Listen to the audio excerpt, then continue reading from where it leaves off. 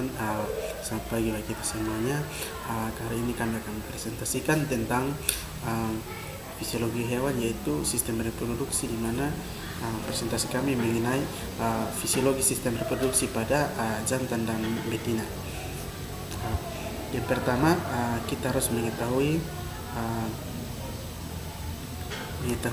pengertian dari sistem reproduksi. Nah, menurut kami sistem reproduksi adalah kemampuan suatu makhluk hidup untuk menghasilkan keturunan yang baru. Nah, tujuannya untuk mempertahankan jenisnya dan melestarikan jenisnya agar tidak punah, sehingga keturunan tersebut bertambah dan terus bertambah pada dari generasi ke generasi. Nah, jika berbicara mengenai sistem reproduksi pada hewan vertebrata termasuk mamalia, sistem reproduksi hewan vertebrata jantan terdiri atas sepasang testis, saluran reproduksi jantan, kelenjar seks aksesoris yaitu yang terdapat pada mamalia, dan organ kopulatoris atau pada hewan-hewan dengan fertilisasinya secara internal atau pembuahannya secara internal. Nah, sistem reproduksi betina terdiri atas sepasang ovarium. Nah, ada juga pada beberapa hewan vertebrata hanya terdapat satu.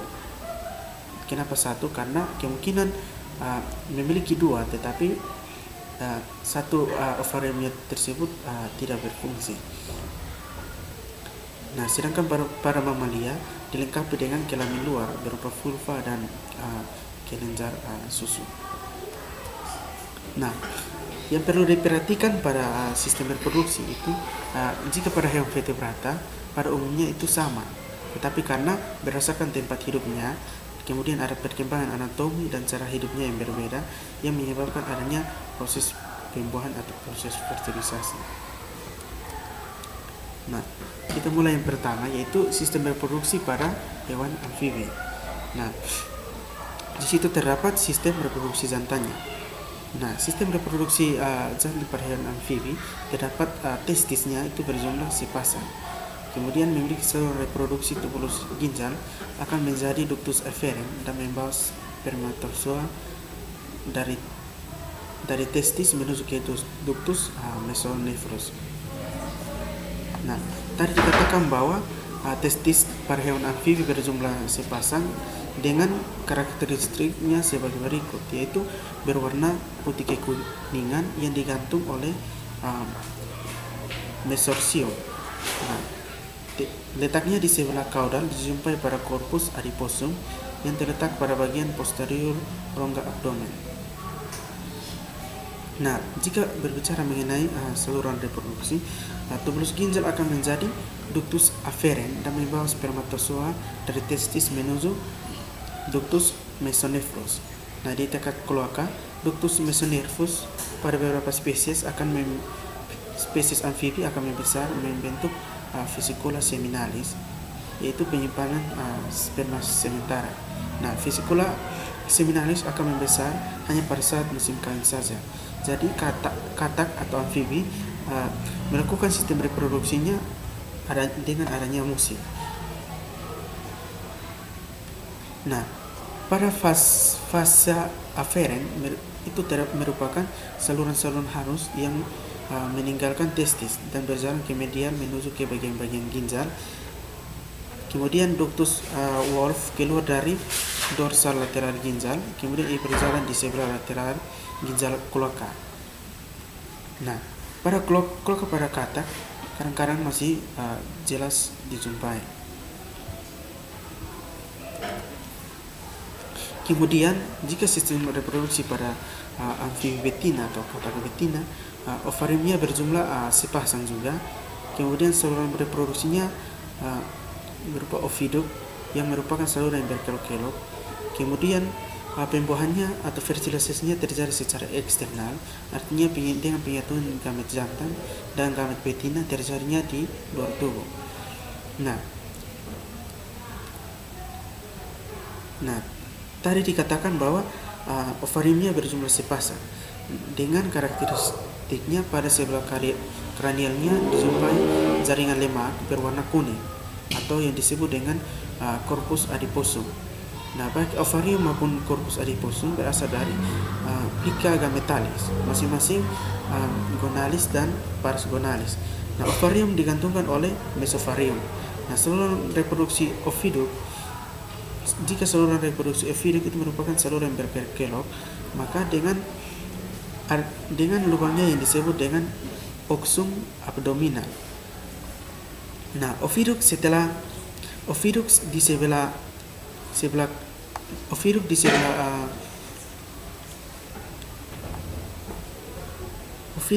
kaudal. Oviduk di sebelah kaudal mengadakan pelebaran yang disebut dengan ductus mesonephros dan akhirnya bermuara pada kloaka. Nah, proses fertilisasi pada amfibi, pembuahannya terjadi secara eksternal, artinya dengan penyatuan gamet jantan dengan penyulit ini terjadi pada luar tubuh. Nah, pada pembuahan eksternal biasanya dibentuk ovum dalam jumlah besar, karena lewat kemungkinan terjadinya fertilisasi lebih kecil daripada pembuahan secara internal. Nah, pada katak betina menghasilkan ovum yang sangat banyak. Kalau kita membela katak betina yang sedang bertelur, kita jumpai bentukannya berwarna hitam yang hampir memenuhi rongga perutnya. Itu merupakan ovarium yang penuh yang berisi dengan sel telur. Jumlahnya mencapai ribuan. Nah, pada katak betina juga ditemukan semacam lekukan pada bagian leher yang berfungsi sebagai tempat pegangan bagi katak jantan ketika mengadakan fertilisasi. Nah, kemudian itu diimbangi oleh katak jantan dengan adanya struktur khusus pada kaki depannya, yaitu berupa telapak yang lebih kasar yang fungsinya untuk mengeratkan katak betina ketika terjadinya proses fertilisasi atau proses pembuahan.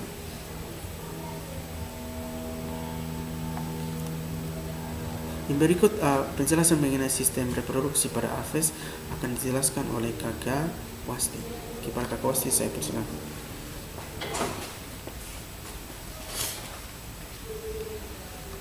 Baik, saya akan melanjutkan materi kami tentang sistem reproduksi pada aves.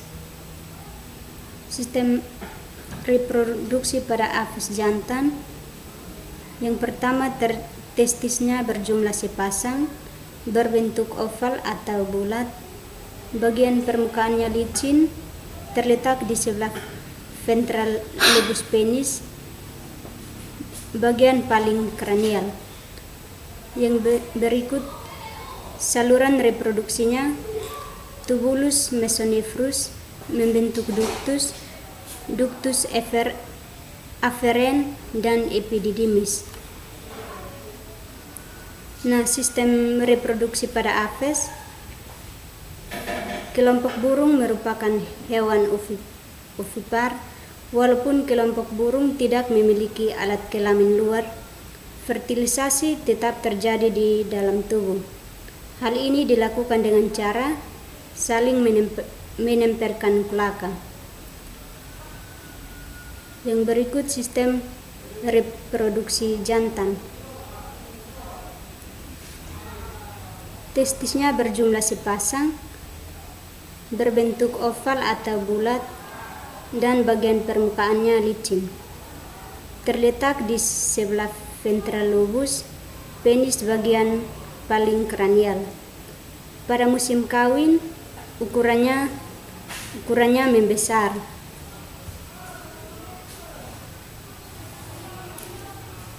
Disinilah dibuat dan disimpan spermatozoa. Saluran reproduksi. Tubulus mesonephros membentuk ductus afferens dan epididymis. Ductus Wolff bergelung dan membentuk ductus deferens. Pada burung-burung kecil, ductus efferens bagian distal yang sangat panjang membentuk ductus afferens yang berdilatasi membentuk ductus ampula yang bermuara di kloaka sebagai ductus ejaculatori. Ductus efferens berhubungan dengan epididymis yang kecil dengan ureter ketika masuk ke kloaka.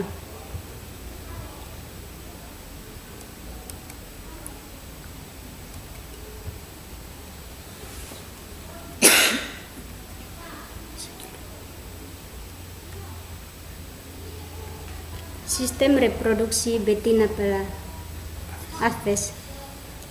Ovarium Aphes yang berkembang hanya yang kiri dan terletak di bagian dorsal rongga abdomen. Saluran reproduksi oviduk yang berkembang hanya yang sebelah kiri dan dibagi menjadi beberapa bagian anterior adalah infundibulum yang mempunyai bagian terbuka yang mengarah ke rongga selom sebagai ostium yang dikelilingi oleh fibre.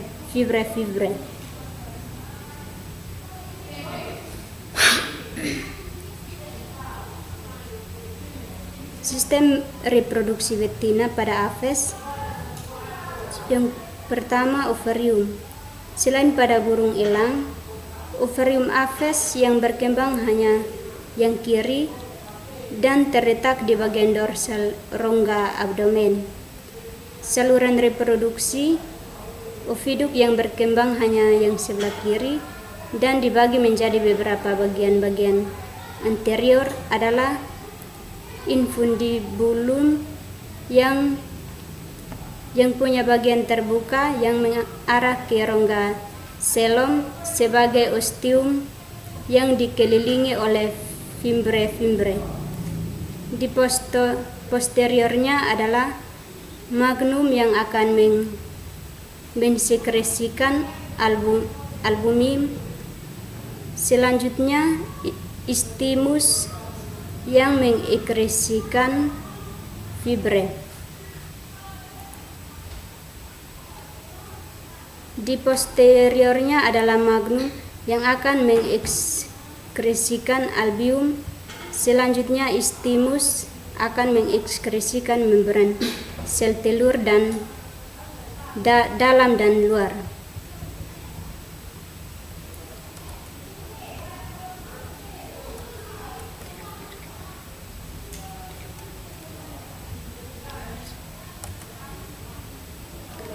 Proses fertilisasi pada Aphes.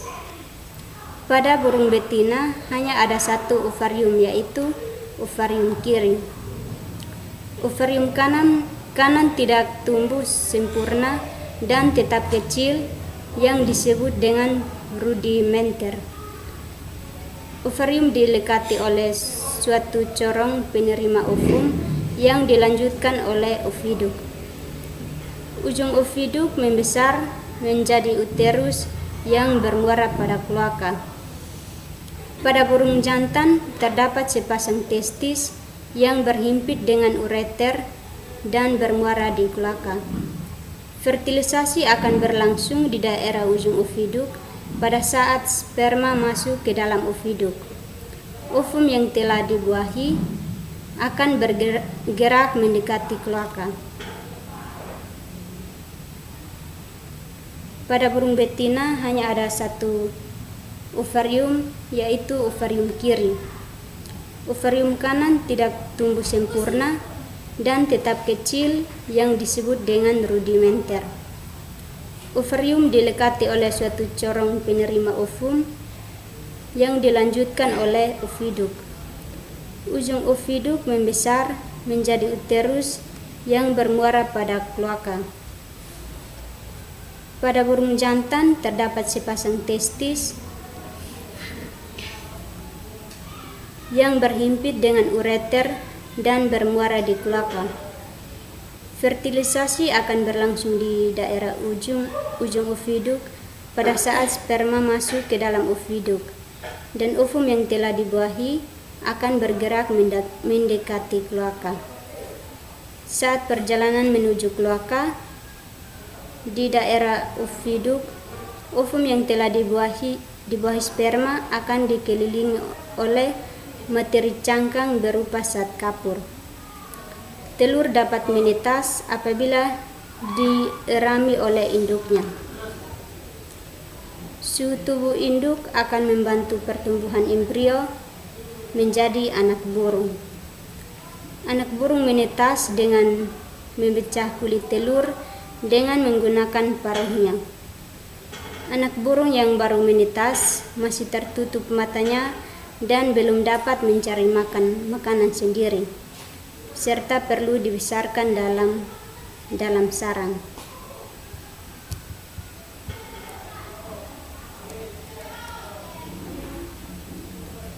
Baik, materi selanjutnya akan dilanjutkan oleh Nilce Mela. Baik, saya akan melanjutkan materi kami tentang sistem reproduksi pada reptil. Sistem reproduksi pada reptil, testis berbentuk oval, relatif kecil, berwarna keputih-putihan, berjumlah sepasang dan terletak di dorsal rongga abdomen. Saluran reproduksi ductus mesonephros berfungsi sebagai saluran reproduksi dan saluran ini akan menuju kloaka. Testis berbentuk oval, relatif kecil, berwarna keputih-putihan, berjumlah sepasang dan terletak di dorsal rongga abdomen. Pada kadal dan ular, salah satu testis terletak lebih ke depan daripada yang lain. Testis akan membesar saat musim kawin. Saluran reproduksi ductus mesonephros berfungsi sebagai saluran reproduksi dan saluran ini akan menuju kloaka. Sebagai ductus, word dekat testis bergelung membentuk epididymis. Tubulus mesonephros membentuk ductus aferen yang menghubungkan tubulus seminiferus testis dengan epidermis. Ductus word bagian posterior menjadi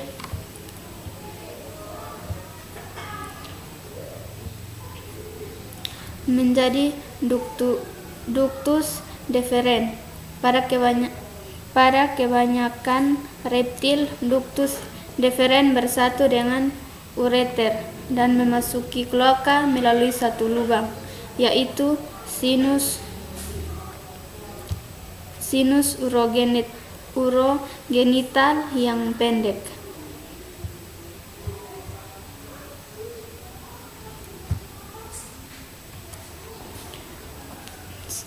Sistem reproduksi betina. Ovarium berjumlah sepasang, berbentuk oval dengan bagian permukaannya benjol-benjol. Letaknya tepat di bagian ventrokolumna vertebralis. Saluran reproduksi ovidu panjang dan bergelung. Bagian arterio terbuka di rongga selom sebagai ostium, sedang bagian posterior bermuara di kloaka.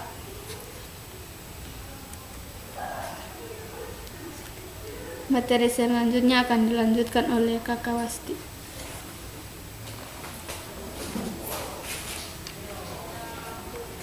Baik, saya akan melanjutkan materi tentang sistem reproduksi pada Pisces atau ikan. Sistem reproduksi pada ikan jantan. Ikan jantan alat reproduksinya terdiri atas sepasang testis yang menghasilkan sel kelamin jantan atau sperma berbentuk bulat telur. Testis sebelah kanan lebih tinggi bila dibandingkan dengan testis sebelah kiri. Epididymis, vas deferens, saluran sperma yang keluar dari testis. Ginjal, saluran kencing, dan kloaka.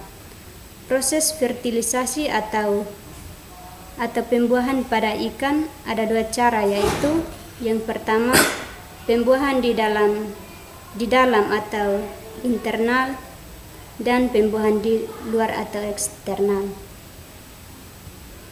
Testis adalah organ reproduksi jantan yang terdapat berpasangan dan terletak di bawah tulang belakang. Testis ikan berbentuk seperti kantong dengan lipatan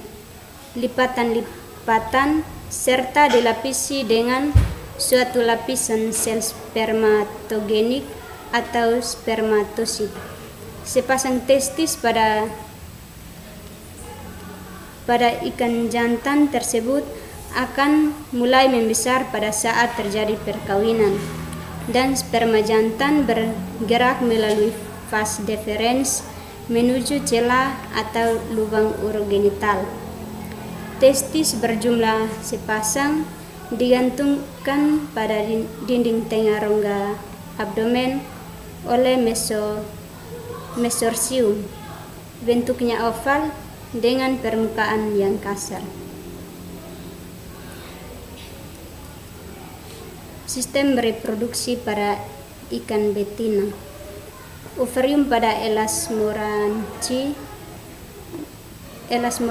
padat tapi kurang kompak, terletak pada anterior rongga abdomen.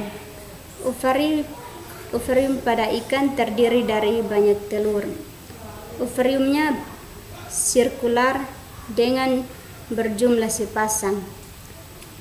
Saluran reproduksi Elas moranci berjumlah sepasang. Sistem reproduksi betina. Ovarium pada Elas moranci padat tapi kurang kompak, terletak pada anterior rongga abdomen. Pada saat dewasa yang berkembang hanya ovarium kanan. Pada teleoste, tipe ovariumnya sirkular dan berjumlah sepasang. Saluran reproduksi Elas moranci berjumlah sepasang. Bagian arteriornya berfungsi yang memiliki satu ostium yang dikelilingi oleh fimbre-fimbre.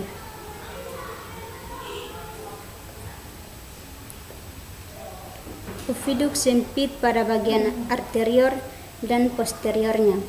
Pelebaran selanjutnya pada uterus yang bermuara di kloaka. Pada teleoste punya oviduk pendek dan berhubungan langsung dengan ovarium. Pada bagian posterior bersatu dan bermuara pada satu lubang. Teleoste tidak memiliki kloaka. Ovari pada ikan terdiri dari banyak telur. Setiap jenis ikan memiliki ukuran telur sendiri. Ada yang besar dan ada yang kecil. Ukuran telur akan menentukan jumlah telur yang dimiliki oleh seekor induk. Ikan yang memiliki ukuran telur besar, contohnya ikan nila dan arowana, akan memiliki jumlah telur yang lebih sedikit dibandingkan dengan ikan yang ukuran telurnya kecil, seperti ikan cupang dan mas. Hal ini disebabkan oleh kapasitas yang dimiliki si induk untuk menampung telur. Ukuran telur ikan banyak ditentukan oleh ukuran kuning telurnya. Makin besar kuning telur, makin besar pula peluang embrio untuk bertahan hidup. Ovarium pada Elas moranci padat tapi kurang kompak, terletak pada anterior rongga abdomen. Pada saat dewasa yang berkembang hanya ovarium kanan. Pada teleoste, tipe ovariumnya sirkular dan berjumlah sepasang. Saluran reproduksi Elas moranci berjumlah sepasang. Bagian anteriornya berfungsi yang memiliki satu ostium yang dikelilingi oleh fimbre-fimbre. Oviduk sempit pada bagian arterior dan posteriornya. Pelebaran selanjutnya pada uterus yang bermuara di kloaka. Pada teleoste punya oviduk pendek dan berhubungan langsung dengan ovarium. Pada bagian posterior bersatu dan bermuara pada satu lubang. Teleoste tidak memiliki kloaka.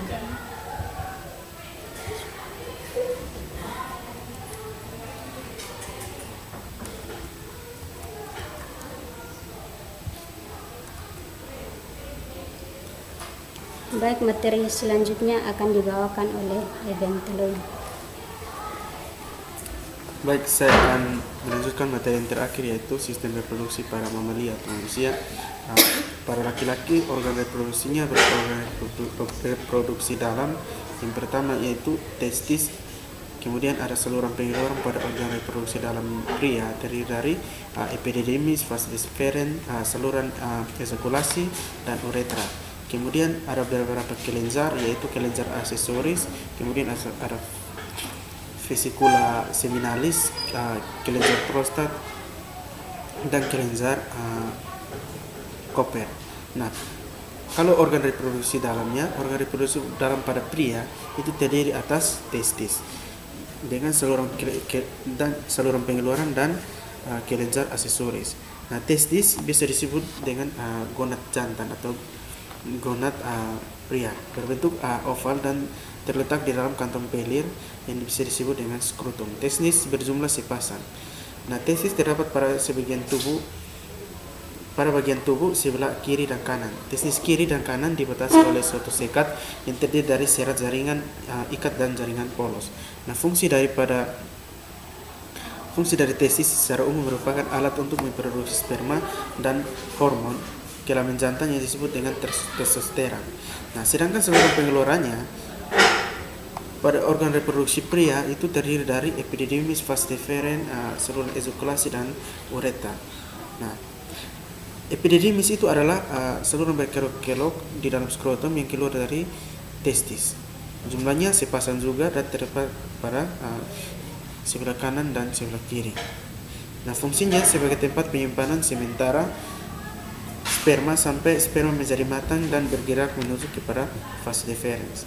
Nah, sedangkan vas deferens itu adalah saluran sperma yang bisa disebut dengan ductus deferens, yang merupakan saluran yang mengarah ke atas dan merupakan lanjutan dari epididymis.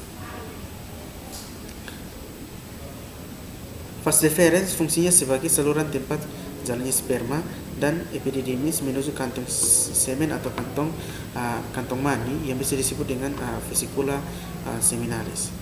Nah, saluran ejakulasi adalah saluran pendek yang menghubungkan kantong semen dan uretra. Nah, saluran ini fungsinya untuk mengeluarkan sperma agar masuk ke dalam uretra. Kemudian uretra merupakan saluran akhir reproduksi yang terdapat di dalam penis. Nah, uretra itu berfungsi sebagai saluran kelamin yang berasal dari kantong semen ke kelenjar kantong semen dan saluran untuk membuang urin dari kantong kemih. Sedangkan kelenjar aksesoris itu merupakan pada saat proses sperma melalui saluran pengeluaran terjadi penambahan berbagai geta kelamin yang dihasilkan oleh kelenjar aksesoris. Nah, geta ini berfungsi untuk mempertahankan kelangsungan hidup dan pergerakan sperma. Nah, kelenjar aksesoris juga merupakan kelenjar kelamin yang terdiri dari vesicula seminalis, kelenjar prostat, dan kelenjar Koper. Nah, sedangkan vesicula seminalis itu sendiri atau kantong mani itu merupakan kelenjar lekuk yang terletak pada belakang kantong kemih. Dindingnya menghasilkan zat makanan yang berupa sumber makanan bagi sperma. Nah, kelenjar prostat biasanya melingkari bagian atas uretra dan terletak di bagian bawah kantong kemih. Dan hasilnya mengandung geta yang di dalamnya juga mengandung kolesterol, garam, dan fosfolipid yang berperan untuk kelangsungan hidup dari sperma. Sedangkan kelenjar Koper atau bisa disebut dengan kelenjar bulbouretra itu adalah kelenjar saluran yang menuju uretra. Ini kelenjar menghasilkan geta juga yang bersifat basa atau alkali. Nah, sedangkan pada organ reproduksi luar itu yang tadi sudah dikatakan ada penis dan skrotum. Nah, penis dan skrotum itu penisnya terdiri dari 3 rongga yang berisi jaringan spons. Nah, 2 rongga yang terletak di bagian atas berupa jaringan spons itu disebut dengan corpus cavernosa. Nah, 1 rongga lagi berada di bagian bawah yang berupa jaringan spons, corpus spogiosium yang membungkus uretra. Nah, uretra pada penis dikelilingi oleh jaringan erektil yang rongga-rongganya mengandung pembuluh darah dan ujung-ujung saraf perasa. Nah, bila ada suatu rangsangan, rongga tersebut akan terisi penuh oleh darah sehingga penis menjadi tegang dan mengembang, akan terjadi proses ekspresi. Nah, yang berikut adalah skrotum. Nah, skrotum bisa disebut dengan kantong pelir.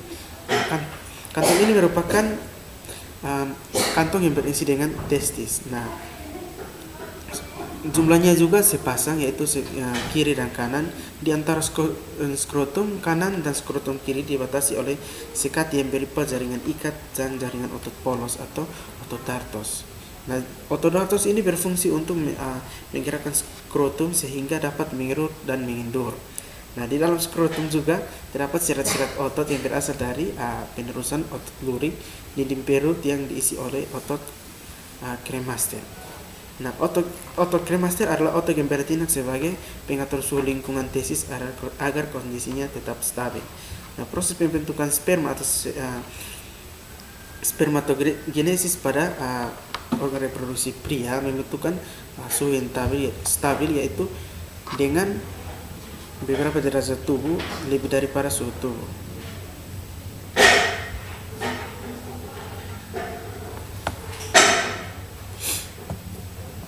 Nah, kemudian pada sistem reproduksi betina. Nah, alat reproduksi pada betina atau wanita terdiri atau perempuan terdiri dari atas organ reproduksi eksternal dan internal. Nah, sebagian besar terletak dalam rongga panggul berupa eksternal itu atau sampai kepada vagina. Nah, fungsinya sebagai kopulasi internal, yaitu fungsi ovulasi, fungsi ovum, transportasi blastosit, implantasi, pertumbuhan fetus dan sampai masanya kelahiran. Nah, fungsi sistem reproduksi wanita dikelentirkan dan dipengaruhi oleh hormon-hormon gonadotropin. Nah, steroid dan pores hormonal, thalamus, hipotalamus, hipofisis, adrenal, dan ovarium. Itu adalah tahapan-tahapannya. Selain itu terdapat organ sistem ekstragonad atau ekstragenital yang juga dipengaruhi oleh siklus reproduksi berupa payudara, kulit, daerah tertentu, dan pigmen, serta sebagainya.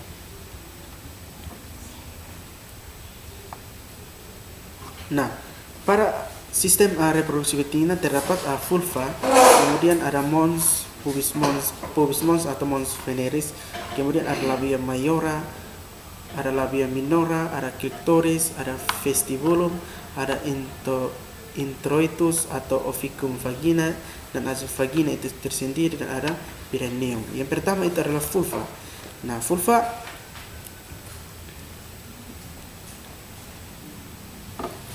tampak dari luar itu mulai dari mons pubis sampai ke tepi perineum. Dari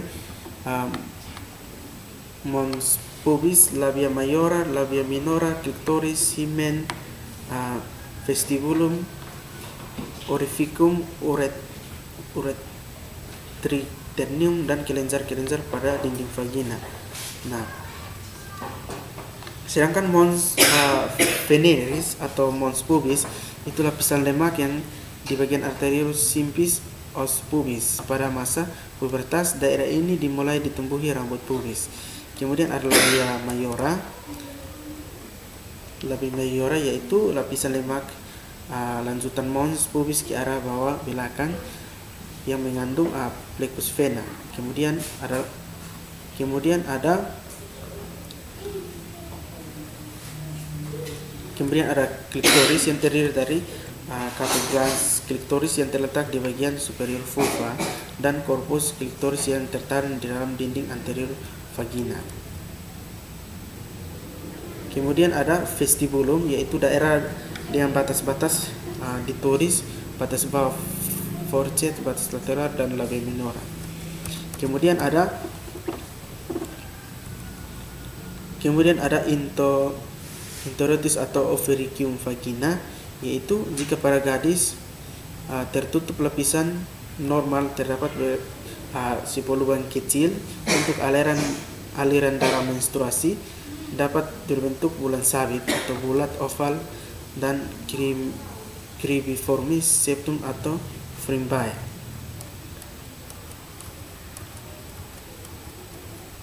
Sedangkan kemudian ada vagina, yaitu rongga musculamembranosa, yaitu berbentuk tabung mulai dari tepi cervix uteri di bagian cranial dorsal sampai ke vulva ke bagian caudal frontal.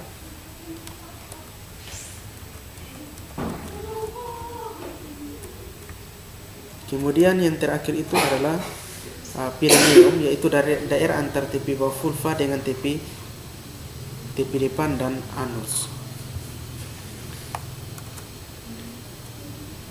Nah, sedangkan sistem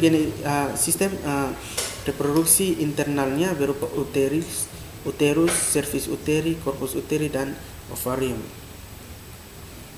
yang sudah dijelaskan sama seperti sistem vertebrata pada umumnya. Ya, baik, demikian hasil presentasi kami. Kami ucapkan terima kasih dan salam.